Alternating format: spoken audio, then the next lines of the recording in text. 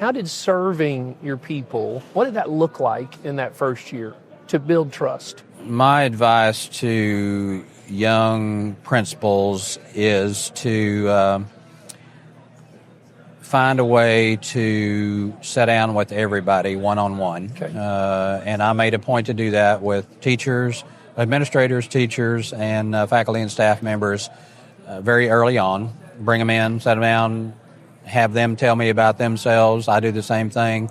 We share some things that are important to us, and then they talk to me about what they see as the strengths of that campus, the weaknesses of that campus, and then looking back on it 12 months from now, what would they like to see in the way of improvements? Okay. And maybe a suggestion on how we can get at that.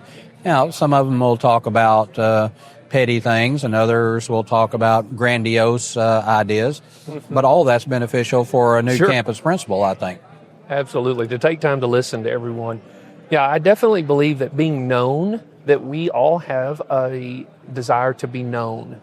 And for a leader to take the time to know us, it goes a long ways in building emotional capacity, relationship capacity. Because ultimately, you're going to ask them to do something new, to change something. Yep. And they've got to trust that you're doing that. You're making that ask for their good and for the good of the children in the... Yeah, and another suggestion I would give to beginning principals or principals that are working their way through their principalship career is that it's okay to say, I don't know, when I don't know.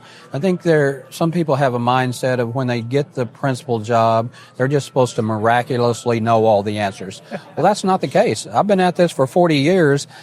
And I certainly don't know all the answers. I barely know the questions, But it's okay to say, I don't know, when you don't know. Yes. But then you follow that up with, but I'll find out and get back with you. Yes. And so what I suggest to students that I teach adjunct for in principalship and superintendent certification programs are, if you are not highly structured and organized and a good time manager, if you're down at the end of the hall and Miss Jones asks you a question you don't know the answer to and you say, I don't know, but I'll find out, and then you get back to your office and get tied up with other things and forget to research and get back with Miss Jones, every time you do that, it chips away at your credibility. So you got to be a good time manager, very structured, very organized, so that you remember to research that and then get back with Miss Jones with that answer. Yes. And then when you do that, it builds your credibility as a leader. Absolutely. You've got to be trustworthy. Yep. Trust is such a hard thing to build, but it is easy to destroy. Very easy. Easier to destroy than to earn. To build. Exactly right. So tell us a couple of the transformational strategies that you implemented at that campus and what the outcome was. Yeah, and these are some strategies that I use not only in the principalship, but even today in the superintendency. And I mentioned the 3 R's of rigor, relevance, and relationships. I mentioned that of the 3, relationships, I think, is the most important one. But the rigor piece is setting that bar high enough that it stretches students to achieve at levels they didn't even realize they could achieve themselves. Right. And then that relevance piece is answering the age-old question, why do I need to learn this and how am I ever going to use it later on?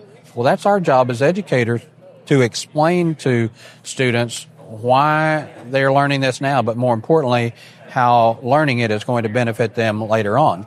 So to extrapolate that a little bit further, in addition to the 3 R's, I've always tried to incorporate the 4 C's. Okay. And all this is research-based. I won't bore you with that part, but suffice it to say that it is. And these are the skills, abilities, and attributes that we know that we want our own kids to possess before they leave high school. Sure. And if it's good enough for our kids, then we need to be imparting that to every one of our students. We want them to have good communication skills, good collaboration skills, to be able to communicate what they want to and need to be able to work with others, whether it be small groups or teams or large groups. So communication, collaboration, critical thinking, and creativity. The critical thinking piece is being able to kind of know that there are more than one way generally to get at solving a problem. But you've got to be able to communicate and collaborate with others to think critically to solve that problem, and not just throw your hands up and say, I don't know the answer, I can't do this.